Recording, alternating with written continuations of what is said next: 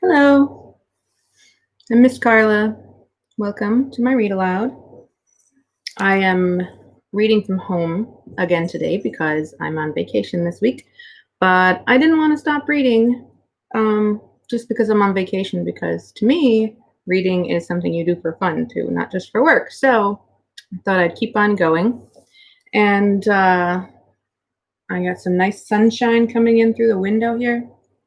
Also, I have 3 cats accompanying me in the room, so you might see one or more of them wander by. Sometimes when they see that I have the camera on, they want to come be the star of the show, so we'll keep an eye out for them. We're going to continue reading Tunnel of Bones by Victoria Schwab. We are on chapter 12, page 117, and I tried to figure out how long it'll take us to finish the whole book.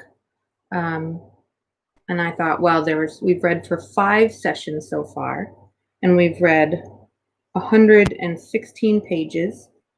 So that's like between 20 and 25 pages a session. And there's like 280 pages altogether. So we've got another 160 pages.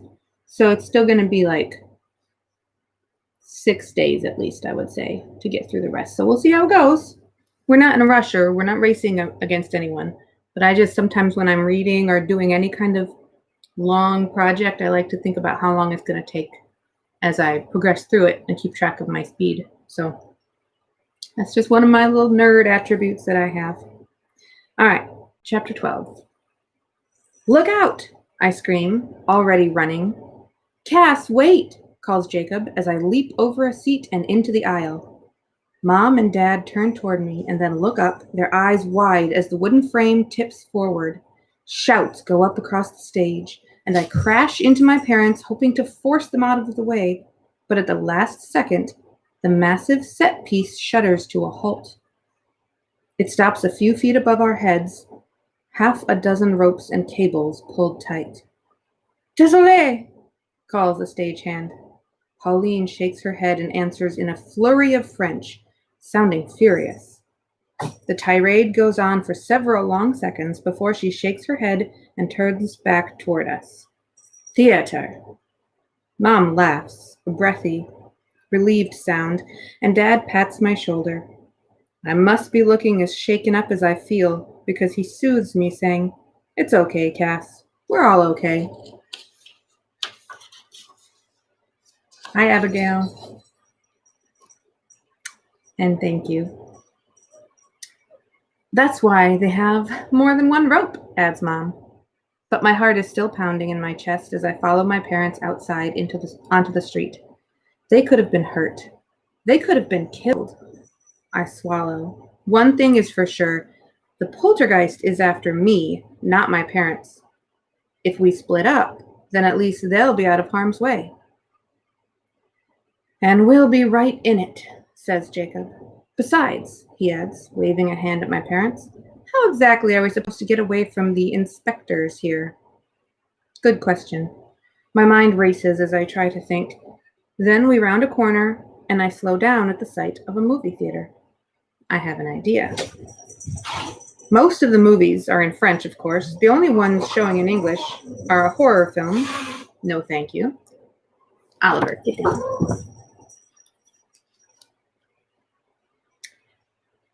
And a teen rom-com, one of those generic feel-good stories, the poster featuring a girl with a series of boys in thought bubbles over her head.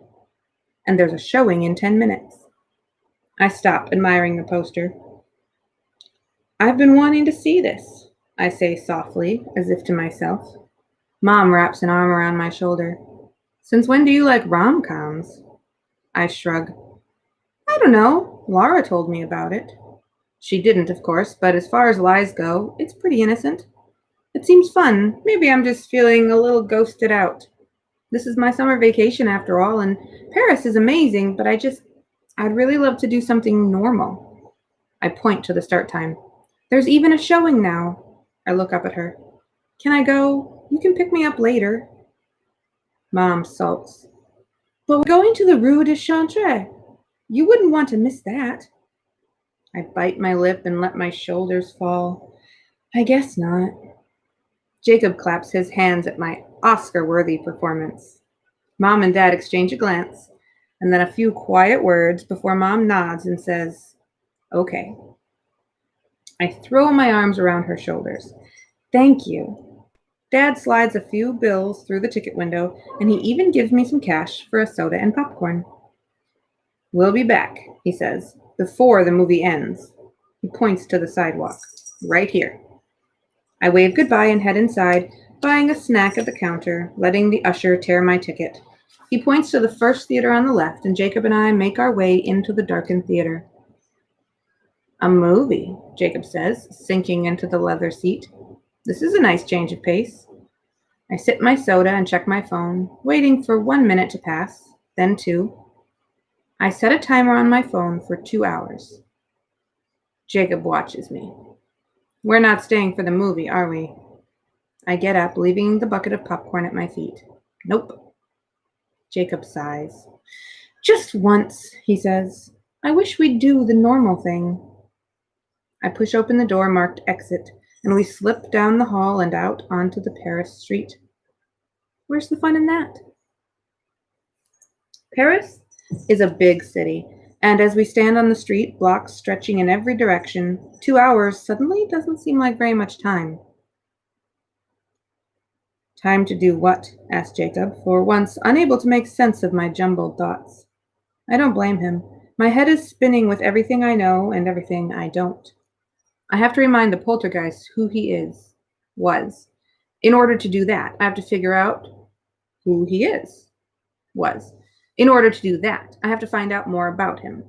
In order to do that, I take a deep breath and reach for the veil, pulling the curtain aside before Jacob can even think to protest. I step out of the world, into a moment of free fall, like a misstep, a lurch of darkness. Then Paris settles around me again, stranger, grayer, older. The buildings look different, no longer uniform rows of pale stone, but mismatched, like a ragged hem. I cup my hands around my mouth and call at the top of my lungs, "Hey, ghost!" The words echo away into the fog. I take a breath and shout, come out, wherever you are!" Jacob appears, clapping a hand over my mouth. "What are you doing?" he hisses. I pull free. I'm tired of letting him call all the shots. I don't want to do this on his terms anymore. I want to do it on mine. "So your best idea is to shout until he shows up?" "We need a better look at him, right?" "Yeah," says Jacob, "but last time you came face to face, he pushed you off a roof." "Well, this time my feet are on the ground. Besides," I trail off. Over Jacob's shoulder, a shadow is taking shape, in the fog, moving toward us. But when the figure parts the mist, it isn't the poltergeist. It's a man in an old-fashioned suit. He lifts an old-fashioned pistol and aims it straight at me, and Jacob wrenches me back out of the veil before the shot goes off. I crash through a wave of cold water before landing on my butt on the curb in present-day Paris. Jacob looms over me, folding his arms. "You really should have seen that coming." I get to my feet, brushing off my jeans, and start walking. As soon as I think I'm far enough away from the ghost with the gun, I take a deep breath and reach for the veil again. "Wait," starts Jacob, but he's too late. I'm already through. A shudder, a plunge, a second of darkness, and I'm back in the in-between. The veil is different here. The city's still old-fashioned, but a little newer than last time. There's a bridge just ahead, a stone arch garnished with statues and lampposts. As I start across it, a carriage rattles past the other way, pulled by a pair of glossy black horses. A man plays an accordion along the banks of the Seine below, the music high and thin, as if carried on a breeze. A pair of women walk arm in arm in fancy dresses, the skirts as wide as the sidewalk, their heads bowed as they whisper. I pull the mirror pendant from my back pocket and wrap it around my palm as I walk, willing the ghosts not to notice. Their eyes flick toward me as if they know I don't belong. But they don't come after me, and I don't go after them. You know the definition of insanity, right? Asks Jacob, appearing beside me. It's doing the same thing over and over again and expecting a different result. I'm not doing the same thing, I point out. You're right. Shouting was a bad idea. Great, says Jacob. So what's your new strategy? I'm taking a walk. To where? The end of the vale. I reach the other side of the bridge, and a block or so later, the in-between finally shifts again, thinning between one ghost's veil and the next, until it's nothing but an empty stretch, a seam, a place where no ordinary ghost can go, but a poltergeist, a spirit not bound to the veil. I stand there, the blue-white light shining from my chest like a beacon. Come out, I think. But there's no sign of him, or anyone else. Maybe he's playing hard to get, observes Jacob. The words ping inside my head, landing on something, a thought I can't quite reach. I'm starting to get lightheaded from the time in the vale, the air thinning in my lungs. I groan in exasperation and cut back into the land of the living, sagging onto a bench to steady myself. Think, think, think. Jacob sinks down beside me. It wasn't a bad idea, he says, trying to comfort me and also clearly hoping I'll give up and we can go watch the rest of the movie. But I can't. I'm almost onto something. The poltergeist has been staying close to me this whole time, so there's no reason to believe he's totally disappeared now. No, he must be hanging back, waiting. For what? Playing hard to get. Playing. I straighten and look at Jacob. I think you're right. He crosses his arms. Don't sound so surprised. And then he adds, right about what? But I'm already on my feet, reaching for the veil. The world vanishes, springs back, and I steady myself against a lamppost, already dizzy. It's like diving for pennies on the bottom of the pool. Hold your breath, go down one too many times, and it gets harder to come back up. But this time, instead of shouting or searching, I look around the bleak gray world and find the front of a building decorated by pillars. I tug Jacob behind the nearest one and crouch low, pressing my camera to my chest to smother the light. A few seconds later, I feel cold air on the back of my neck and I nearly jump before I realize it's just Jacob. You're breathing on me, I whisper, trying not to shiver. Sorry, he whispers back, but what exactly are we doing? We're hiding, I say. All this time, the poltergeist has been playing a game, and so far, he's made all the rules. All this time, he's been following us. So why don't we follow him? Maybe he'll lead us somewhere. Maybe we'll find a clue. Maybe we'll figure out. That's a whole lot of maybes, says Jacob. Maybe is a match in the dark, I murmur, half to myself. It's one of Mom's favorite sayings, for when she gets stuck on a story. She starts giving herself options, potential threads, turning every dead end into a new path with one simple word. Maybe. Maybe is a rope in a hole, or the key to a door. Maybe is how you find the way out. We just have to wait for him to show up. We wait. 1 minute, 3, 5, until my head begins to pound, until it's hard for me to breathe, a reminder that I shouldn't be here. I'm not made of the right stuff. But I swear I can feel the poltergeist nearby, a trickle of cold creeping through the air. Cassidy, warns Jacob, but I don't move. Just a little longer. Cass. I'm sure he'll show up.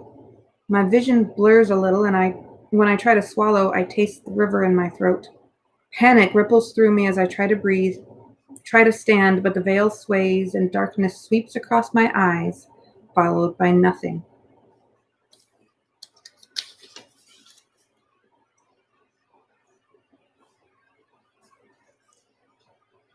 Chapter 13. The next thing I know, I'm sitting on the curb back in the real world, cars zooming through a busy intersection, the city full of color and noise.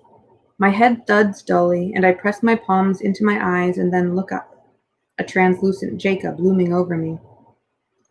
"Enough," he says, arms crossed. "That was way too close." "It could have worked," I mumble, getting to my feet. "It would have if—" I'm cut off by a sudden, violent shiver, and an instant later, a truck swerves around the corner. I catch the briefest glimpse of a shadow before the truck's back door falls open and the contents begin to spill out.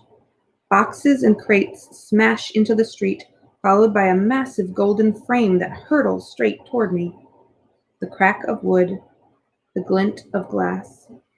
Move, I think, but my legs are frozen. "Cass!" Jacob calls my name, but the word is stretched out and slow. Everything's too slow. D. Everything except for the breaking pane of glass crashing toward me. "Look out!" And then something hits me. Not the frame, but a pair of hands. They plant themselves against my back and shove, and I stumble forward to the pavement, scraping my palms as the frame crashes into the stone wall and rains glass onto the street behind me.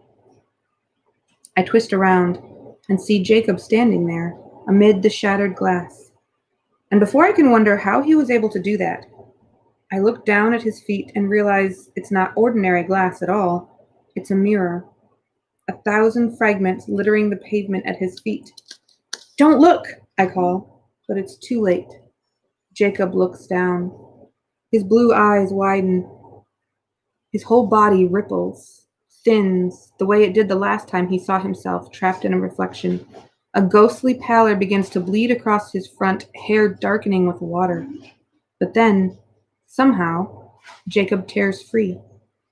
He shudders and squeezes his eyes shut and disappears, a faint flutter of gray in the air around him, the only hint as to where he's gone. The veil. People on the street are rushing forward, but before they reach me, I'm on my feet, grabbing for the thin gray curtain. I throw it aside, rushing through after Jacob. A brief second of falling, and then I'm on my feet. The veil stretches, quiet and gray. It's thin here, the details faded, and in the in-between, a place that doesn't belong to any one ghost. There are places where the veil is nothing, a stretch of blank paper. But Paris is too haunted for that, and even here the veil isn't quite empty. A faint impression of the city, ghosted on the pale surface. And of course, there's one thing in perfect detail. Jacob. He stands still, breathing heavily as he presses his palms against his eyes. "Jacob?" I ask, trying to keep my voice light. He doesn't answer, but the pallor is gone from his skin, the traces of damp erased from his clothes and hair. "Jacob," I say again, and this time he lets out a shaky breath and straightens, hands falling away from his eyes. "I'm fine," he says. "How did you do that?" I asked, and I honestly don't know if I'm talking about the fact he pushed me or the fact he pulled himself free from his own reflection. He just shakes his head. "Jacob, I said I'm fine." The tremor is gone from his voice, replaced by something I almost never hear. Annoyance. Anger. His hair flutters slightly as if caught in a breeze. I open my mouth, but before I can say anything else, I feel it. Cold. A chill pressed between my shoulder blades. I turn, and so does Jacob, and there, half a block away, standing out like a drop of red ink on a blank page, is the poltergeist. The boy stands there, scuffing one old-fashioned shoe on the sidewalk, his brown curls falling to one side as he tips his head. He's haloed with crimson light, his eyes wide and burning with the same eerie glow. And when he looks up and sees that he has our attention, he smiles. I swing my camera up, already hitting the flash, but he blocks his eyes and then he turns and runs. Not as if he's frightened. No, as if it really is a game. Tag. You're it. "Cass," calls Jacob, but I'm already running. The veil ripples around me, details scrawling and erasing themselves across the paper of this place as I cut from one ghost's world into the next, Jacob on my heels.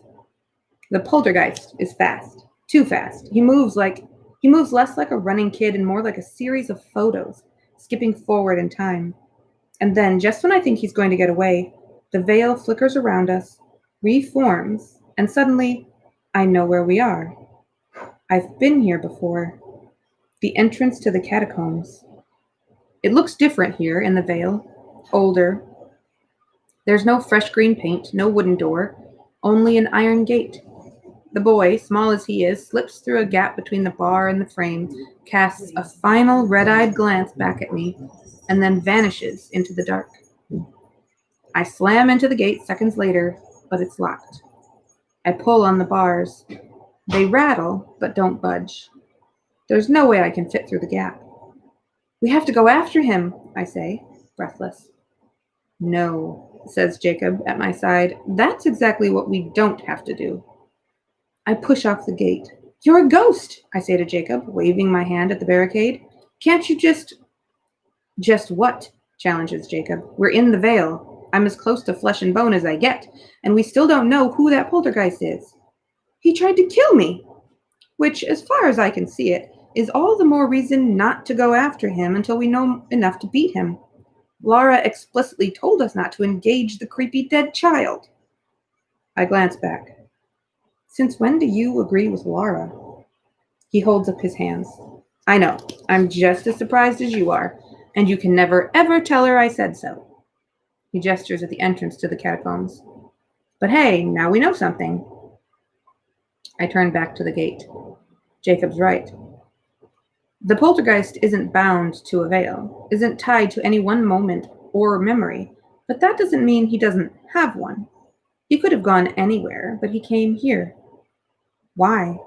It could be just another place to hide, but I think it's something more. I can feel the cold pouring out through the gate, see the faint shine of red on the bars. The strange light traces the entrance like a colored pencil, as if the poltergeist and the catacombs are made of the same stuff, stained with it. And I remember the first time I saw that eerie red glow down in the tunnels, among the bones, and I wonder if this is where it happened, if this is where he died. Come on, Cass, says Jacob, reaching for my hand. I let him take it, but not before aiming a solid kick at the iron bars. I'm coming for you, I shout. You. My voice echoes into the dark, as if, in reply, a shadow crosses the veil, and a red mist reaches through the bars like fog. Yeah, says Jacob. Pick a fight with a poltergeist. That's a great idea. He pulls me away from the gate, and I let him. An instant later, the gray film of the veil disappears, and the world springs back into sudden sharpness, color, light. The sun is warm, and the block is packed, throngs of tourists lining up before the green wooden shack, waiting for their turn to descend into the tombs. Nearby, a clock begins to toll. Cass, says Jacob, but I'm already pulling out my phone to check the timer. Oh no. Let's see. Okay, chapter 14. Trial by fire. That's what it's called when you learn to do something under pressure, like navigating the Paris metro. I really wish I'd been paying more attention to the routes the last time we were down here. Thankfully, I dropped a pin, marking the movie's theater location on my phone, and the app tells me which metro line to take. It's even a direct route. No need to change trains. The journey, according to the phone, will take 19 minutes. The movie, according to the timer, will end in 24, which seems like enough time until a little orange warning pops up on the screen to say the train is delayed 2 minutes. Jacob counts on his fingers, frowning, and I rock back and forth on my heels until the train finally pulls into the station, then launch myself aboard. 19 minutes later, I sprint down the block and through the back door of the movie theater, down the hall and to screen number 3. I fall into the seat, knocking over the bucket of popcorn I left on the ground, and look up just in time to see the two leads kiss on a rooftop in New York as the music swells. Maybe one day, says Jacob as the credits begin to roll, we can just stay and watch the movie. Mom and Dad are waiting outside just as they promised they would be. No sign of the crew or Pauline, who've obviously gone home for the day. "How was the movie?" asks Mom. "Just what I needed," I say. "How was the Rue des Chantres?" "Oh, marvelous," says Mom, "and marvelously haunted." She slings her arm around my shoulders. "Let's head back to the hotel. I'll tell you all about it on the way." I know something's wrong the moment we step into the hotel. There's no icy chill, no sudden cold current, only a feeling in the air. There are too many people in the lobby, and about half of them look as if they've been caught in a storm, which is weird because it's been nothing but sunny since we got to Paris. The desk clerk sees us and frowns as if we're responsible for whatever's happened. I shift a little. Maybe we are. "What's going on?" asks Dad, approaching the counter. The desk clerk's frown deepens. "Ah, Monsieur Blake, there has been, as you can see, an incident." She gestures to the damp patrons scattered across the lobby. "Oh dear. The sprinklers went off on the third floor. Most unusual. It seems the alarm was triggered from your room." "Not it," says Jacob quickly, holding up his hands. "Totally something I would do, but I didn't." I roll my eyes, obviously. Dad shakes his head. "But we've been gone all day." "Be that as it may," says the clerk, "something in your room triggered the fire alarms and thus the sprinklers. Perhaps," she adds, lifting something from beneath the desk, "it was le chat noir." She sets Grimm's cat case on the counter. A pair of green eyes glares out, looking about as happy as the clerk as she slides the carrier toward us. "You think our cat somehow triggered a fire alarm?" asks Mom. "Je ne sais pas," says the woman curtly. "What I think is that things usually run smoothly here in the Hotel Valor." Dad's face flushes as the clerk continues. "We got your things out as quickly as possible. I assure you they will be clean and dry in your new room. Unfortunately, as you can tell, those new rooms are not available just yet." She nods at a drinks trolley, unsmiling. "Please enjoy some coffee while you wait." Dad starts to say something, but Mom takes his elbow in one hand and Grimm's carrier in the other and leads us to a set of chairs to wait. "He was thinner than that," says Jacob, perched on the arm of a lobby sofa.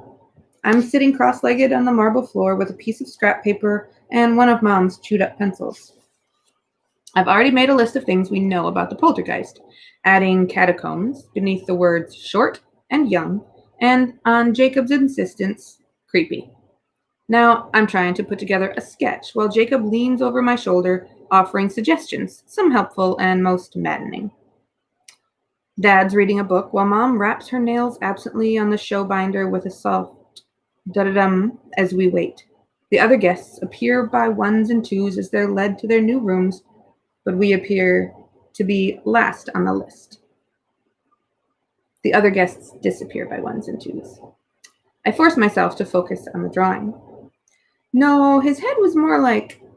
Jacob holds his hands as if gripping a basketball. Or a football?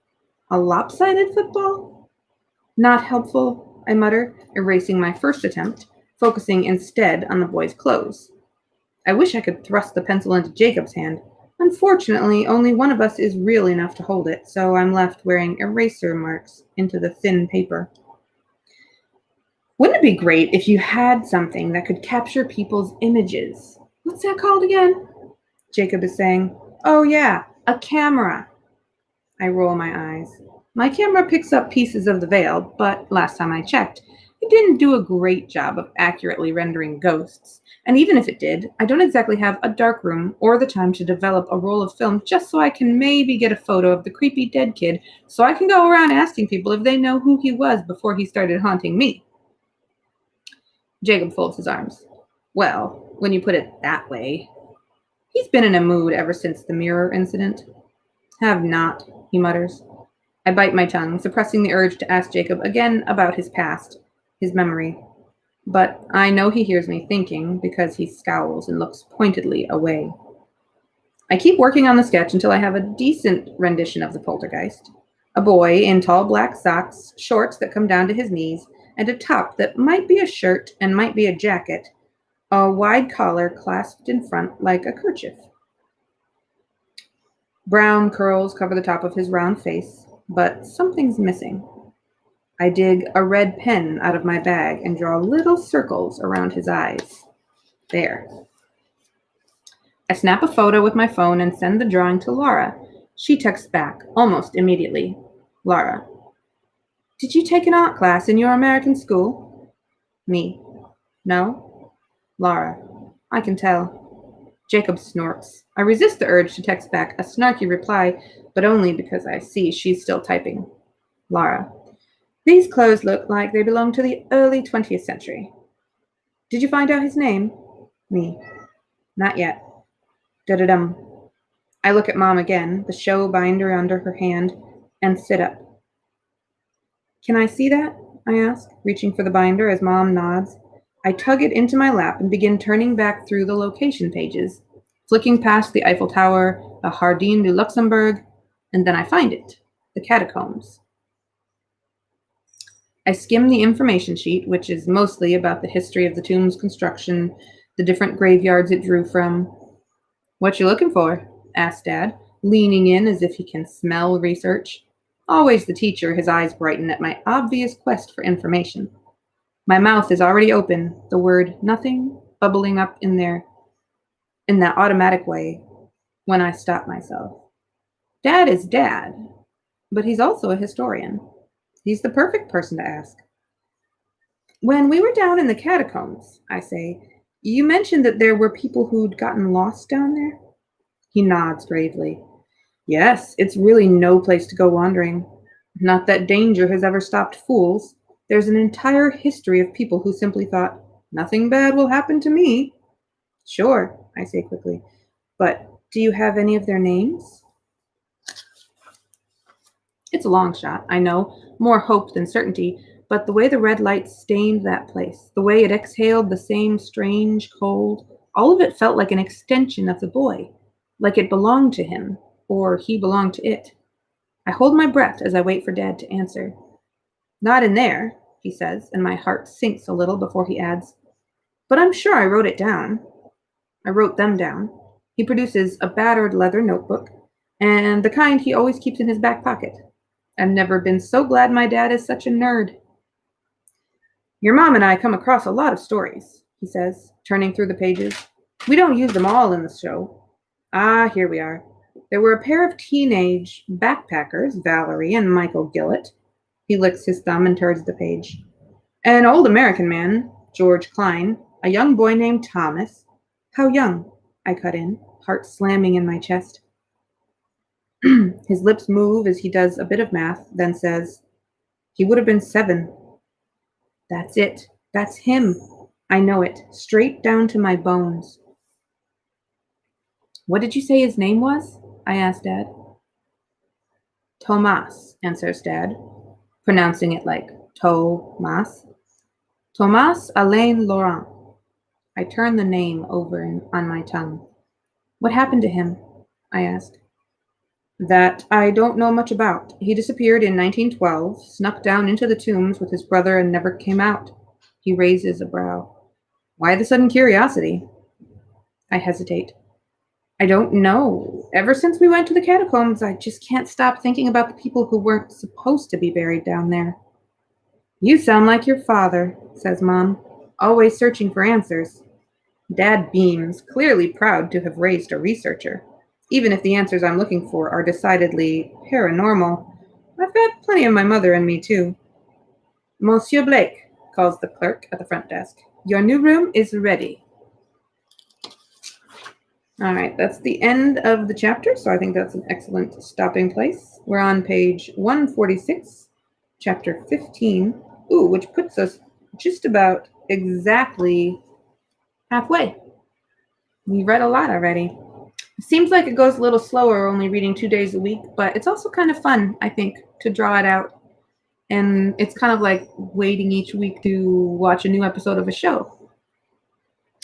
Oh, Abigail, I'm sorry you missed it. But I'm glad you're back, and I hope you can watch the recording of it when you have some at 2 o'clock. So I hope to see you there, and hope you enjoy the reading, and thank you for watching. Bye-bye.